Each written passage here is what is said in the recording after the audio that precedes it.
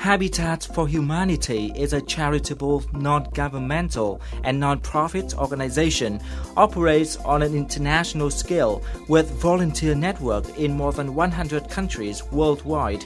The organization was established in 1976 in Georgia, the USA, and has been present in Vietnam since 2001 with the aim to build a simple, suitable and cheap housing. The houses built by the participation of volunteers will be sold at no profit prices nor charge interest on the money in installments.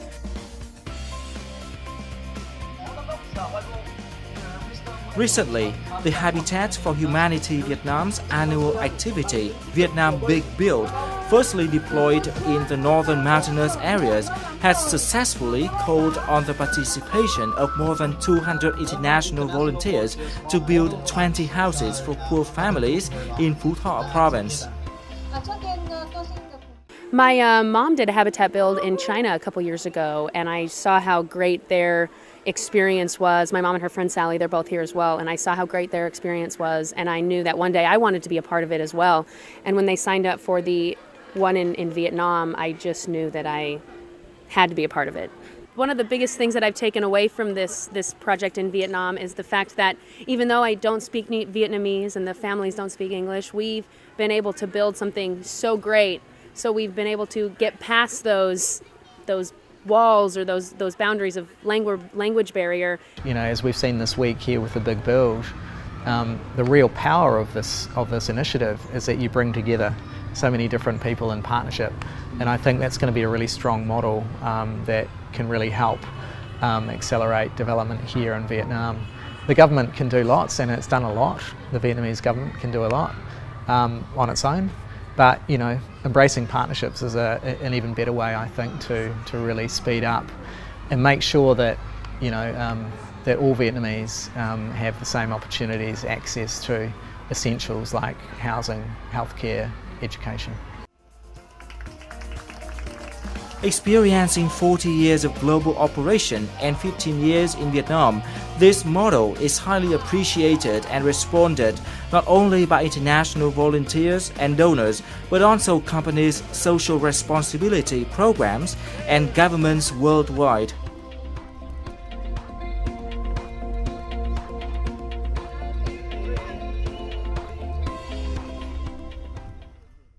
Hello everyone, welcome to Sharing Vietnam on VTC10 NetViet.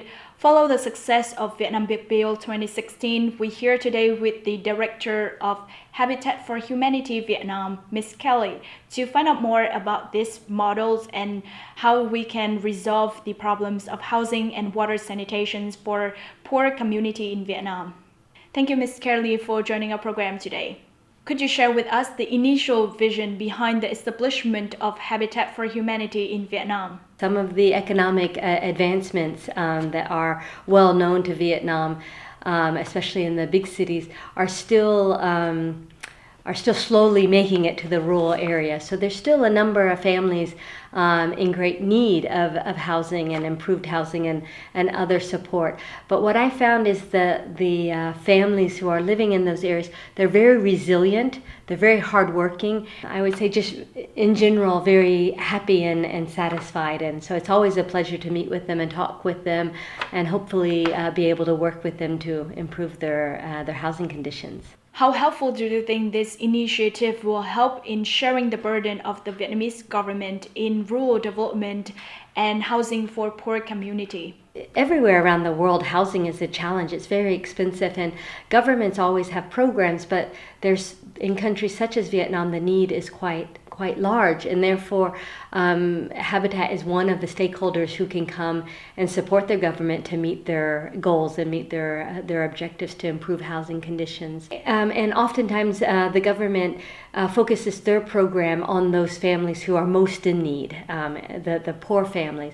And so we're able to work with them, leverage those fundings, support more families. But we're also, Habitat's program is through affordable housing and through micro lending. And so we're able to actually support families who are a little bit more well off but still find it difficult to access affordable housing. Our program Habitat considers access to clean water and sanitary facilities as an integral part of housing, so we offer those services and products to the community as well. What are some of the achievements of Habitat for Humanity Vietnam have done throughout the past 15 years of operating in Vietnam?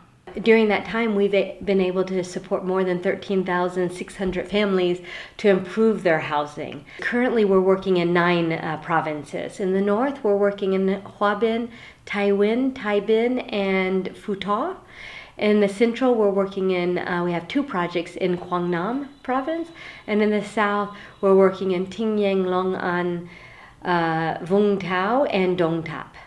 But what I can tell you is housing is more than just 4 walls and a roof. It actually has much greater impacts to the families. And so what we're finding through the families that we've been able to serve is that from participating in these programs and partnering with Habitat and the local government, they're able to have improved education, improved health, because they have safer, healthier homes, better economic opportunities, whether that's using their home for small businesses or creating a business.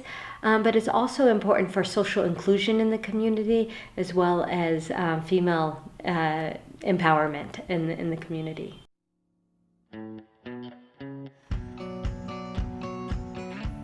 The projects of Habitat for Humanity not only meet the needs of basic housing for the poor, but also practically and sustainably respond to the context of climate change, natural disasters, sustainable development of the community.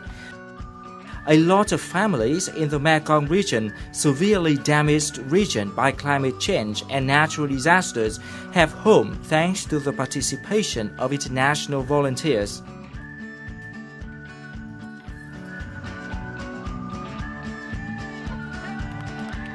The projects have brought good impression to the participants, create meaningful lessons about humanity in life.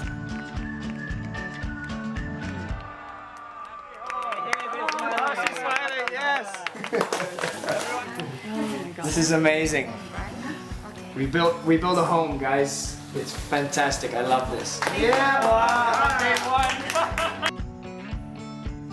In addition, Habitat for Humanity Vietnam also partnered with businesses, namely the project New Homes, New Hope, in collaboration with Samsung Electronics Corporation to build 10 new houses, upgrade and repair 41 homes, and building water and sanitation facilities for another 41 households in the community of Thái Nguyên Province.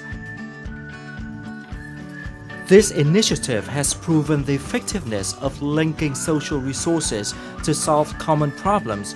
These models are daily and hourly helping build shelters, solving the problem of housing and clean water for the population living in temporary substandard housing, which accounted for 7.8% of Vietnam's population.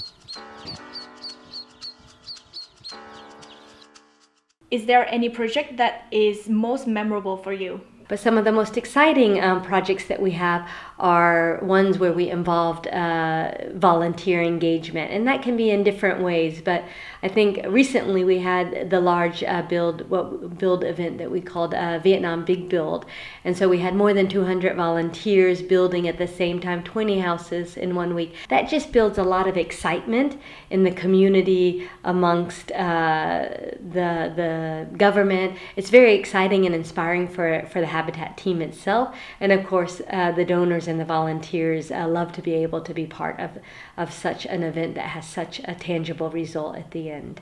Is there any challenges in implementing those projects in Vietnam, and how did you cooperate with the local authorities and local government in overcome those challenges? You know, I've been working with Habitat for about 14 years now in different countries. I've been here in Vietnam for the last 4 years, and what I found in Vietnam are probably two challenges. The first one is due to the economic success of Vietnam, the actual typical funding streams from international organizations abroad are decreasing. But at the same time, as we're an international NGO, the fundraising opportunities in the country are limiting because, of course, we're responsible for bringing funds from outside to this work. So I think one of our challenges is the communications to the external donors, that their funding is still vital for Habitat Vietnam's work. I think the second challenge is more of timing. You know, we work with and through the local government, and I found that there's so many great benefits from that. The local government best knows the needs of their communities. So while the value added is very strong and we enjoy working with them, the timelines to work through projects and get permissions and move things are a little bit more challenging than in other areas. But we find that when we are able to discuss and work through those, the project itself is a great success. How do you ensure the sustainability of the projects after the families of poor community are being funded? So, you know, our program is designed for sustainability. So, and that comes in a couple of places. You know, Habitat Vietnam works with the home partners to design the housing improvements and to provide them support, but they themselves are the drivers of the program. They work with us to actually design it. They hire the local masons. They procure the materials and things, and we provide them support. And I think that's one of the most important ways that an international NGO can work with them, is giving them the information and the knowledge and the ability to do these on their own, and then they can continue to improve their homes. So another part of Habitat's program that focuses on sustainability is what we call the revolving fund, and we do that through providing affordable loans to the families. And when those loans are returned to the local partners, we're able to continue using those funds to help more families in that community. And lastly, what are your recommendations for the Vietnamese government in replicating this model, supporting more families in Vietnam? One of the things I would say is that to try to look for sustainable funding, because housing, especially housing, is very expensive. So we need to be thoughtful about how we invest that funding. So I would encourage the government to continue to look into and expand the affordable loans for housing. So that way we can help more families longer term. Some of the obstacles we have with engaging more volunteers is through the processes to bring volunteers in, whether that's the permissions from the local project area or the visas, and that takes a great deal of manpower in order to do that. But with Habitat for Humanity, we feel it's worth the energy and effort, and we feel like we could bring many more in if some of those things were eased. Thank you, Ms. Kelly, so much for your sharing today. And I hope that Habitat for Humanity Vietnam will continue its support for the poor families in our country. And that's the end of our program today. Thank you so much for watching us. Hopefully from the show you get more insight about these innovative and effective models in resolving the problems of housing and water sanitation in Vietnam. And hopefully in the future there will be more projects from the Vietnamese local to solve and to better the life of more families in our country. Any questions and recommendations, please email to sharingvietnam@netvittv.net. Thank you and see you again.